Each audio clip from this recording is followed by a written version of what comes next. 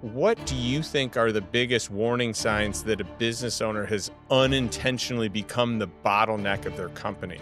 Anytime the owner's phone is ringing and his inbox is full from his people, especially the inbound stuff within the business, that's a problem. In an ideal world, your people should not need to call you, should not need to email you, should not need to wait for you on decisions. They should know what to do and how to do it. So you should be calling them to just check in. They shouldn't be calling you for decisions. Whenever people are calling an owner for decisions, that's a bottleneck.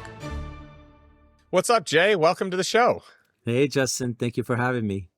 Yeah, this is a blast. Well, you and I got a chance to hang out. We had done a lifestyle investor meetup in, let's see, Miami, and we went to what is it? Mila's, Milas, which yeah. was just an incredible spot. I mean, supposed to be the top rated restaurant out there, and we had invited some PEF ultras to join us, and so we got a chance to connect more, and we've run in several similar circles, and it was just fun, getting some good, I call it carefree timelessness, It was just great. hanging out. It was a great event. I appreciate you putting it together, and it was a good group of people, high quality group of people. Yeah, I mean, one of the things that we talk a lot about, I was sharing this, I was talking with someone before, but there was a lot of masterminds out there. And the common thread that I have noticed is if you, most of these people kind of live on what the mastermind makes. And so they'll take whoever will pay whatever the fee is. But I had this other idea. We've got passive income. So we didn't, I didn't start Lifestyle Investor because I needed to make money. So then I was like, well, why don't we just like up the bar and just only bring in people that we think are a heck yeah and really fit the bill, and we can be super picky. And that has really played well because anytime someone new shows up to an event as a guest, or someone shows up as a brand new member, they're always like, wow, every single person I could spend more time with. And it's like, yeah, that makes a lot of sense, because when the threshold is high, when the standard is really high, it's amazing who you attract, and then who you retain through that process. Yeah, 100%. I think there's definitely it makes complete sense when you think about it. We rise to the level of the people around us. So when you elevate the quality of the people in the room, your level, you have to rise to that level, and that's what matters really. And that creates that, as you do that, it changes your life, improves your life, it creates this value, and it creates retention into the group as well. So yeah, makes a lot of sense. Well, I love that you were able to join us and meet some of our people, and it was really a pleasure being on your show just a moment ago. So I'm so excited. Like, we're kind of going back to back here, and I'm just so excited to get into questions I have for you, because you're a wealth of knowledge on the business front, but also on the parenting front. So I want to touch on both sides of things, but I do want to kind of talk about how you got to where you are. You've had some exits, and you've been very successful in your endeavors, and you really believe in something that I believe in, which is the beauty of cash flowing businesses, and really, like, not even chasing exits. Like, get a good business that's healthy, that cash flows well, and it's amazing what can happen. And so I kind of want to start there on your thoughts around this, because when you acquire an established business with predictable cash flow, with financial freedom, with more lifestyle flexibility, you can keep doing it longer and longer. So why do you believe so many entrepreneurs end up building jobs for themselves instead of true assets? It's a very good question. I think a lot of it is just fear, and a lot of it is avoidance of pain. I think training, coaching, and retaining people is not easy, and it's a skill that you have to develop as an entrepreneur. Getting rejected by somebody who you trained for 5 years and you poured into, and then that person leaves because there are better things, better pastures. It kind of breaks your heart. A lot of entrepreneurs don't like that feeling, so they try to avoid it. And I think the entrepreneurs who are the most successful are the ones that make peace with that, and they just pour into people. They're 100-0 type person. They put 100%, they expect nothing, and they just keep develop. They fall in love with the concept of talent acquisition and retention, and development. So I think and it's rare. It's rare to find someone who's technical, good at what they do, but also has this component of people. So, what makes acquiring a cash flowing business such a powerful accelerator for someone who's seeking more freedom in their life and more optionality in their life? Well, you know, there's nothing like a cash machine. I mean, they're not that many of them out there in nature. They don't exist, naturally. It's very hard to build. It takes years. We talked about, how many years and how many mistakes you have to make and how much sacrifice you have to make to get to a level where it scales enough where the has the right team and the right mix and the right management to, go on its own, and then eventually kind of keep growing. So, if you're acquiring a business that's already gone through that sequence of, the growth phase, the stabilization phase, the profitability phase, you're essentially shortcutting the process.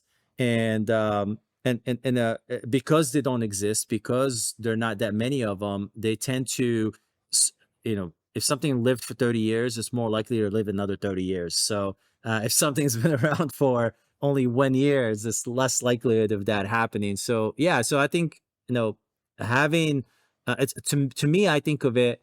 I heard one time that a date farmer, when they plant an orchard, the person who plants the orchard never sees the fruit. It takes about 40 years for a date orchard to mature and start giving out fruit every year. So the person who plants it never get to see it. So to me, and that stays in a family for generations. You don't sell something like that. And so to me, if you can shortcut the process and buy an existing orchard, that's the way to go, because it's so much hard to build, to plant and grow and maintain. Yeah, totally. And Warren Buffett says it best, like, buy great businesses at a good price, right? And instead of trying to reinvent the wheel or get into something that you have no idea what you're doing and starting from scratch, as opposed to, like, you may not know what you're doing, but it's actually working. There are systems in place.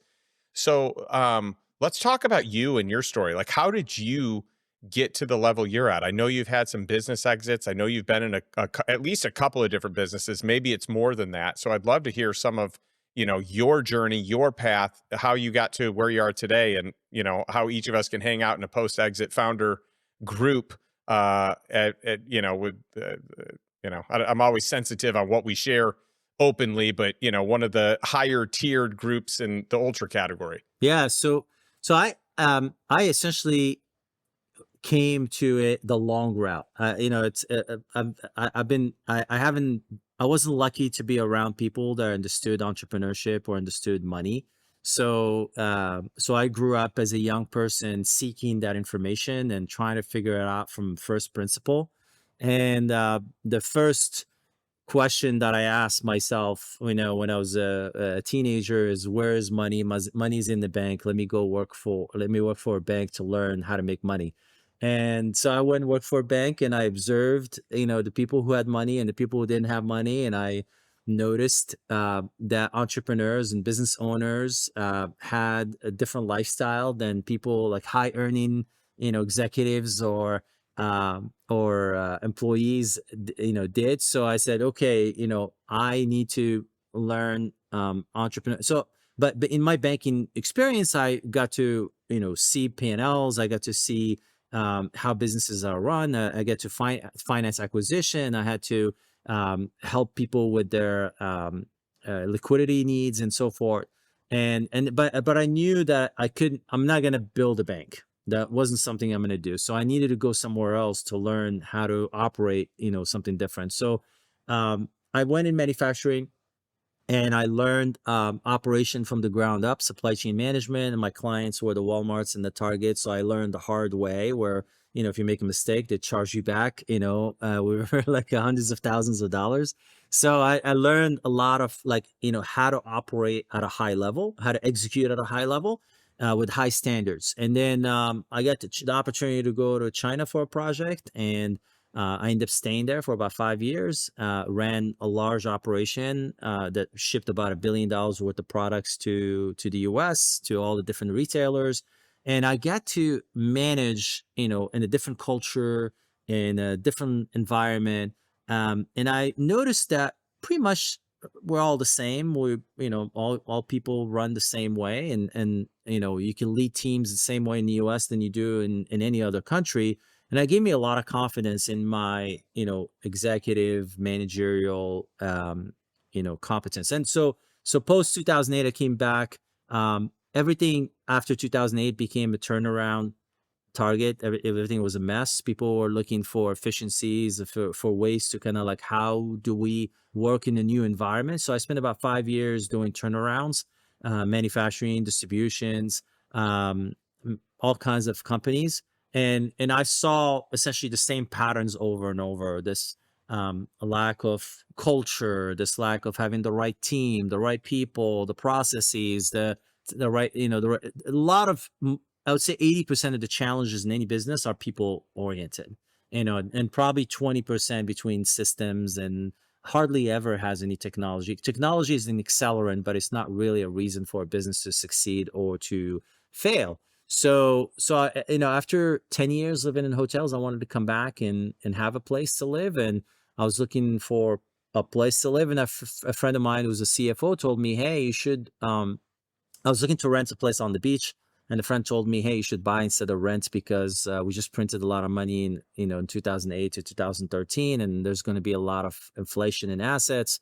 And it put the real estate bug in my head. So I went and started bought real estate, but also started a real estate company, and then started scaling. I came at the time when the Zillows and the Realtor.com and the Redfins were just starting, and they didn't have any use for their leads, and we end up taking those leads and converting them into money.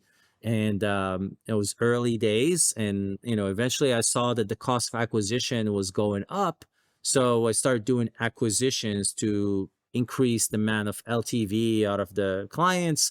And so we started that acquisition engine.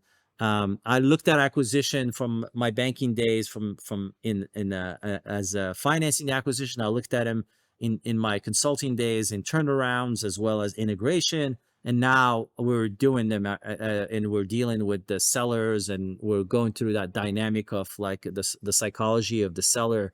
And in the process of buying companies, we had competitors, and one of the competitors saw us and saw, who are these guys? And they essentially made us an offer to acquire us. They bought 70%. We kept 30. We kept doing acquisitions with them within their platform. And then when COVID happened, they stopped. And so that's when I sold the rest of my shares and essentially retired in Hawaii. Um, you know, for a while, until I found that I needed more purpose, and I needed I had my post exit blues, and then I decided to come back and do come back to the acquisition role and do some roll ups and so forth. So yeah, so that's kind of like how I end up in this acquisition space. Well, and I love hearing this, because the more that you share on this subject, like the more people are going to recognize that you're an industry expert, right? And so, like, as you're buying businesses, like you're talking about buying cash flowing businesses because you're buying cash flowing businesses, right? So, I think that's really important. And so, I do want to talk a little bit about like designing ownership for freedom and not burnout. Most people that get overworked, or become a slave of the business that they own, burnout creeps in. Maybe they call it something else. Maybe it's a loss of the love of the game, but ultimately it's that. It's you're working more than what you want, or what you envisioned business ownership like is different than what it's actually like. And so I want to talk about how we structure and operate a business so it generates cash flow without requiring constant owner involvement. That's the one thing I've loved, is like building these businesses that didn't require me. So, what do you think are the biggest warning signs that a business owner has unintentionally become the bottleneck of their company? Yeah, and I mean, anytime decisions are, there are a lot of decisions that are waiting for the owner to be made for things to move forward. That means the owner is a bottleneck. And so anytime the owner's phone is ringing and his inbox is full from his people, especially the inbound stuff, within the business, that's a problem. So in an ideal world, your people should not need to call you, should not need to email you, should not need to wait for you on decisions. They should know what to do, and how to do it. So you should be calling them to just check in, but they shouldn't be calling you for decisions. And I think whenever people are calling an owner for decisions, that's a bottleneck. No, that's good. What are some of the first changes that you make upon acquiring a company to like increase cash flow or reduce the owner's day-to-day involvement? Yeah, so just trying to understand the team, understand the owner's involvement first, understand what they do, and then understand the team and see what capabilities the team has and what's missing. Sometimes there are hidden capabilities. Sometimes there's a lot of talent within the team that has not been given the opportunity to lead and to manage, and there's just need that that's the opportunity turned on to activate. And so to me, I'm like, I just map out what the role of the owner is, and I try to, give some of those decisions, reallocate the decision making, reallocate the roles, and then and I'm always in the search for a bench. So anytime I'm interviewing or hiring, and I also train people who interview and hire to look for that managerial, that middle management and higher management bench. And so I remember like many times where I interview people and I tell them like, listen, in a year you're going to replace me. You're going to be in this seat and you're going to be doing this role. And I think excites me more than that to see that give that possibility to somebody and then see that growth in them. So I think like one of the things that we don't do very well in that we used to do back in the day, like old GM, old Ford, or like old European companies, they used to have these academies within within the company where they're developing people. They had their own, like GE or Mercedes. They had their own management program that will take raw talent and turn it into a GE caliber executive or a Ford caliber executive. And I always felt like every business should have that development program. Understand what is their ideal talent profile look like? What is that, from an ICP, what does the ideal talent profile look like? And then what is the path that we need to give this person or that talent to rise to what we want it to be? So for me, there's a really great book by Daniel Pink called Drive, and it talks about the three things that are needed to motivate people, and none of them have to do with money. There's there's mastery, which I call growth, and giving the people the opportunity to learn and grow. There's autonomy, giving people the freedom and the responsibility to call their shots and make decisions and learn.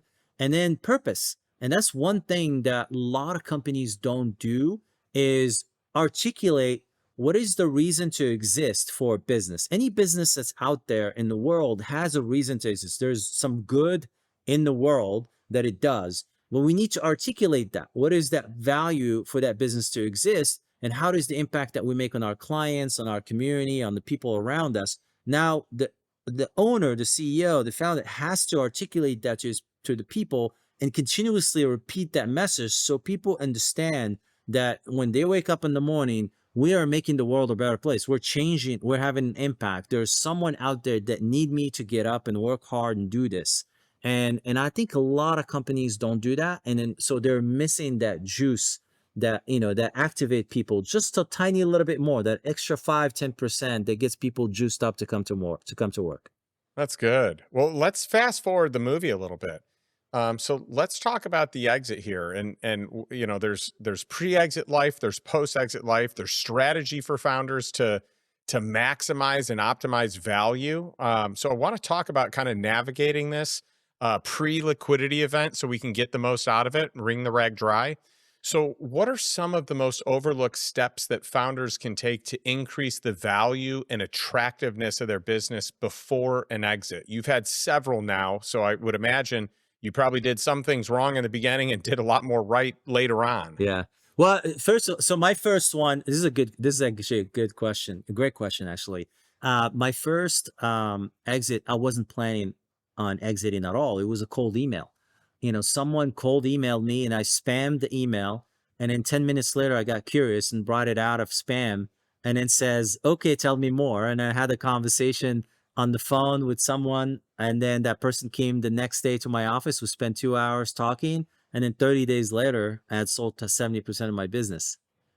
So it can happen real quick, and you're not, you haven't planned for it. So obviously you can imagine that the due diligence was painful because we weren't ready, but we were good enough, we were exceptional enough that they really wanted us and they didn't really care.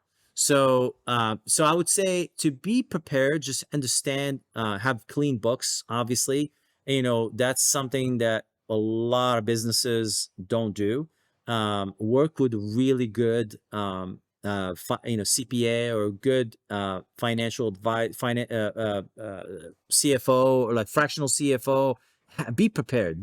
Like, to me, I think people have to build a business ready to sell, and from day one, you're structuring the way you structure your financials, the way you code things. It needs to be like the best in class. So now, if I go into an industry, now I have a completely different mindset. When I go into an industry, I always look up the public companies in that space. And I always look at how their financials. I look at their P&L. I look at their balance sheet, and I copy the same structure that they have, even for a small business. So when a private equity or some group comes and looks at us, I'm like, oh my God, this is incredible. Why do you code this way? Why do you look at it this way? And we explain why. And so we wanted to emulate the best in class. So to me, financials are important. Have a data room, have your processes ready. Business is about client acquisition and retention, talent acquisition and retention, and capital acquisition and retention. So, and the financials are going to tell the story of the capital efficiency. Your balance sheet is going to tell a lot about how efficient your business is. And then you want to have clean systems for how you acquire customers, understand what your CAC, understand your LTV, understand your ICP, understand, how you acquire, how you retain, understand your churn, understand, have a strategy for reducing the churn, understand what the industry standards are and where do you play in that number. Same thing on the talent acquisition. Like a lot of business owners understand that client side, but they have no structure on the talent side. So not having like a lot of times you talk to companies and you say, okay, if I give you 1,000 customers today, I'll give you a choice between 1,000 customers today and 1,000 talented people for your team today. Which one would you pick? And they'll say, oh, I'll pick the talent because we have shortage of XYZ. And I said, okay, great. Then how many salespeople do you have on this side? Oh, we have 10. How many recruiters do you have on this side? We have none. How much money are you spending to acquire? So they don't have any systems, they don't processes. So have the system, have the process, have the SOPs, have a story that you tell the marketplace why people should join you and stay with you. And then and all that stuff, that packaging as a whole makes you very attractive to a strategic or financial partner, because you can clearly tell the story of why they should acquire you, why you're differentiated. The person who's coming to buy you, they're looking at 5, 10 other companies, and they can easily see how differentiated you are from everybody else. So, and you can elevate your multiple, you can simplify the terms that you're going to get, you can enforce more, you become the platform for the whole thing, and makes you very attractive. Yeah. I mean, that is so insightful. Thanks for walking through that. That's awesome. So, after working with founders that have experienced, like, let's just call it a liquidity event, they've had some sort of an exit. What have you learned about navigating the identity shift that these founders have, and even just like finding purpose again. A lot of people lose that after the exit. It's like their ego is so tied up in their business, and who they are is the business founder versus like who they really are as a person.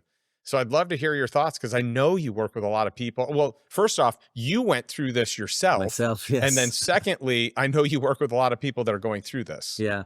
Yeah. So I always remind them, there's a concept that I heard Tony Robbins talk about, which is the kind of like the drivers, the personality drivers. So there are like four personality drivers. There's certainty, there's variety, there's significance, and there's love and connection. So when we don't have anything, we want certainty of, shelter and food, and, a life, for ourselves. We want to matter significance. We want to be number one, or you want to be like, you want to prove to your dad that you are great. And then you got love and connection, and you have variety. There's some people that are driven by variety. Now, a lot of entrepreneurs tend to have that certainty and significance drivers, and that can push them to build big businesses and succeed in life and so forth. But then once they sell, they don't have that need for certainty anymore, and they don't have that need for significance, because they've got that success, and everybody knows they exited and they're successful. So they lose the drivers. And so a lot of times I ask them, it's like, okay, when you look back when you were running the business, what are the things that you really enjoyed about the business? And a lot of times, for me, I'll give you an example. Just for me, what I enjoyed the most was I was in the game, and I was constantly learning, because I'm always solving problems. When you're in business, you're constantly solving, and the environment is always changing. New competitors, new economic cycle, new trends, customers are saying different things. You constantly have to adapt and evolve and learn new things. So I enjoyed that part where I was exposed to I was forced to learn. And I enjoy learning anyway, but I was in the environment to continuously learn. And then the other part that I enjoyed was the development of people. I loved, seeing the transformation in my people, seeing the transformation in my suppliers, seeing the transformation in my clients. So I love that transformation. So those are essentially the two other drivers that Tony Robbins talks about. That are essentially spiritual drivers that are continuous, that never end. There's no limit to learning, and there's no limit to contribution. So if you have to transition your life post-acquisition, then how do you design your life where you're constantly learning and adapting and evolving, and picking up new capabilities? And then you're also helping others, transforming, making an impact, doing something. So some people do it by going and acquiring a new business. Some people do it through investing. Some people do it through mentoring and being in, masterminds and so forth. Some people do it through coaching and consulting.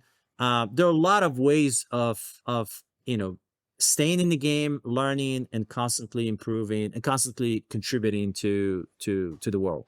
Yeah, that's awesome. And I couldn't agree with you more. And for me, it's the same thing. It's like I love to learn and grow. The more I learn, the more I want to teach. And then I just love people. I love relationships. I love helping other people level up.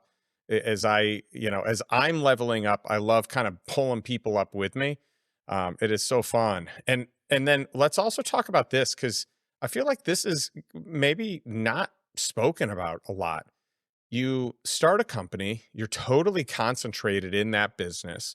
You have an exit. I talk all the time about how entrepreneurs make the worst investors. They're learned skills, and you can learn them. I think you've done very well for yourself, even post exit. But um, what did you do from an asset allocation standpoint, or what did you invest in once you got this big windfall of cash? At first, it was 70%, then it was the additional 30%. You had previously done something before that, so you've had a number of windfalls. But now it's a different game. You're not running a company, you're managing assets. You're an asset allocator, you're an asset manager, right? So talk us through that life. Yeah, and I mean, at the beginning, it was all about tax efficiency. So there's a lot of real estate, the large, commercial properties, and the lower cost land areas. to maximize the cost segregations and stuff. And so anything around, all the strategies around, tax efficiency, I've gone through all of them. The stuff that works, the stuff that doesn't work. So that was kind of the first phase. And then afterward, it was, um, uh, part stock market and then part operating businesses. I understand real estate. I understand operating businesses. I've invested in public markets. I know, I've had some success in the public markets. So I'm not like a day trader by any mean, but I allocate to things that I understand. And yeah, and that's I keep it simple. I mean, I'm real estate, public, and businesses, cash flowing Yeah. businesses. And so, what did you do to create income? Because I've got to imagine, like, so anytime and you've had more sizable exits than me. I've had several exits over the years. Nothing that is, like game changing, but all solid and all have helped me compound, to the next level. I think you've had some substantial changes and substantial windfalls. And so, like, when I think about the capital I have, I don't ever want to spend it down.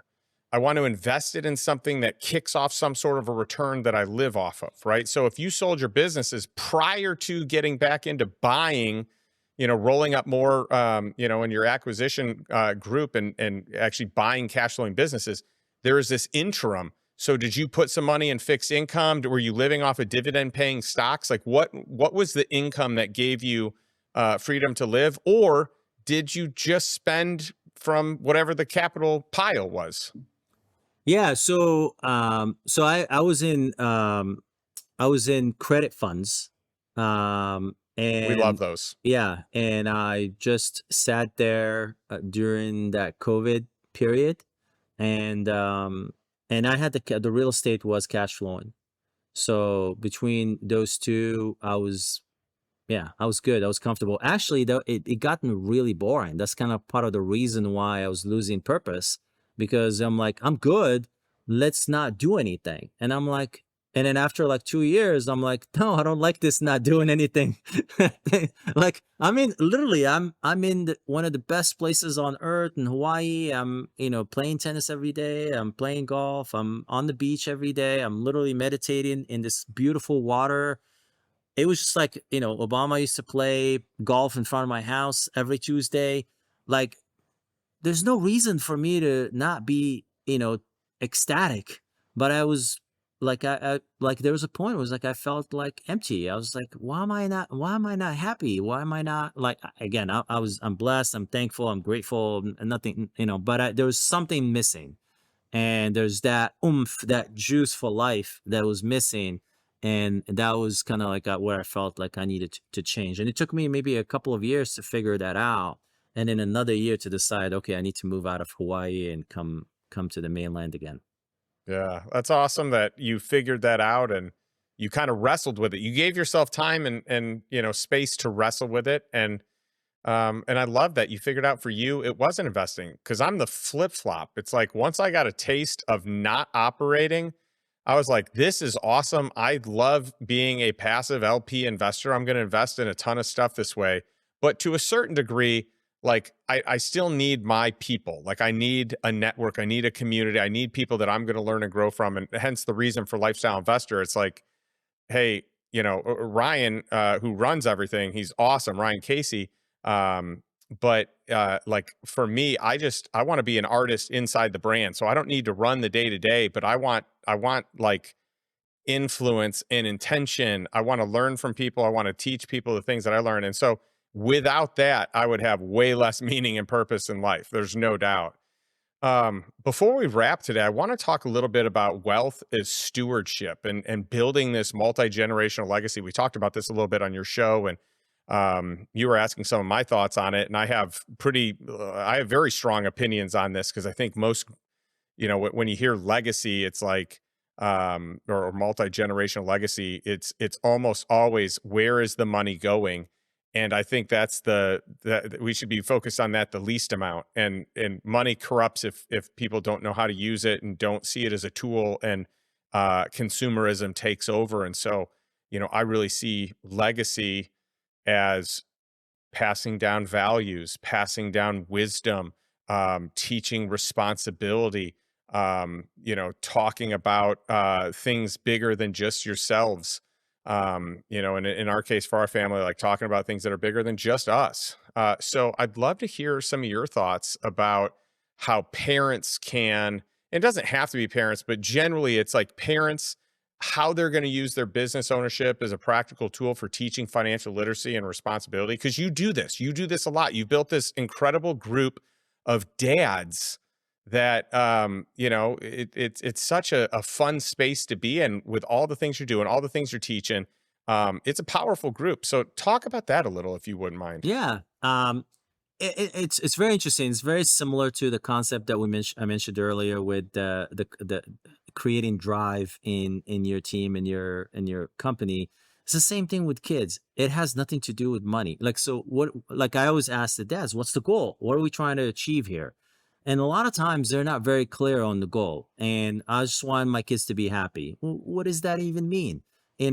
Happy one time, happy all the time. What does that even mean? So to me, I'm like, okay, let's start with that. Let's start with, what is my goal? So for me personally, my goal is to develop people that are resilient, that are responsible, that are self-sufficient, that are contributing to the world, and that understand they're responsible for their own happiness. They know how to make themselves happy, and they know they know that happiness is an inside game. It's not an outside game. So they can play the inside game. They can play the outside game. So let's start with that. So someone who's productive, resilient, responsible, and value adding to society. Now, none of those things have to do with money. Now, if you create a person like that and you give them little or you give them a lot, they're going to do something with it. They're going to be, they're going to be fulfilled because they understand that they're going to be driven by growth, by learning, like we talked about earlier, and by contributing.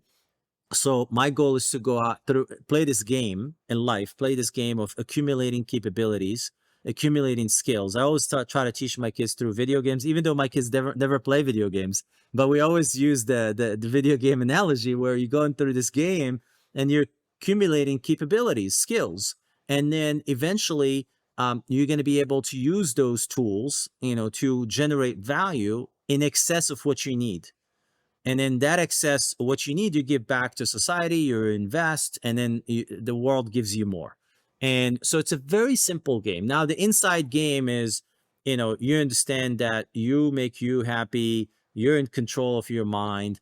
Happiness is an inside game. You're gonna be grateful, you're gonna be thankful for you are, you're good. However, wherever you are, you can make yourself happy and grateful and thankful. So to me, the legacy piece is secondary. So as long as I can transfer my intellectual capital, my knowledge, my values, how we do things, how do we play the game of life, and then I can transfer my relational capital, get to, number one, my relational skills, how to, acquire high quality relationships and how to maintain them and retain them.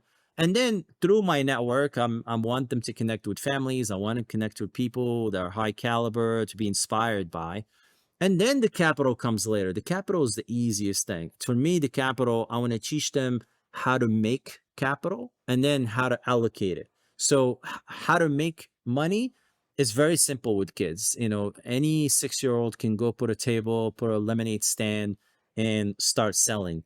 And then if they do it, 3 days in a row or 2 days a week for 10 months, they're gonna see the trends. They're gonna see what days people come and what days they don't come. They're gonna see when I get a family with a lot of kids, they spend this much, and then when I get a one person, they spend this much. They're gonna see who gives them more tip and who doesn't give them. So they can develop pattern recognition.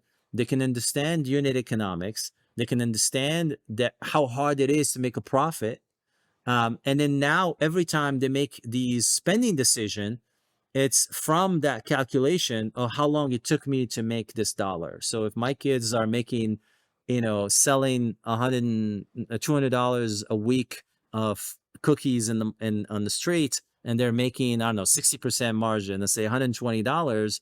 Now, when they ask me to go to Disney World or they go, I was like, okay, you want to spend $1,000 on spending a day, or you want to allocate that $1,000 maybe to a vacation somewhere, or you want to, or you want to invest it in stock and compound and whatever. What's the decision here? Because there's always a give and take here. So I think when the earlier you start this conversation, the earlier you start this teaching, the better.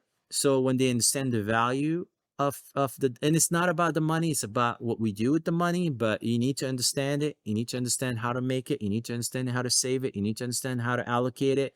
Um, and I think the earlier, the better. The 10,000 hour, thing.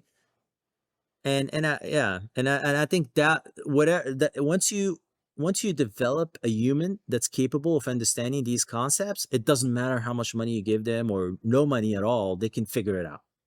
That is so brilliantly said, and we agree on this on so many levels. And it's part of the reason I resonate so much with the way that you parent. And I love being, in a community with you where we're intentionally parenting, and we're intentionally parenting away from entitlement.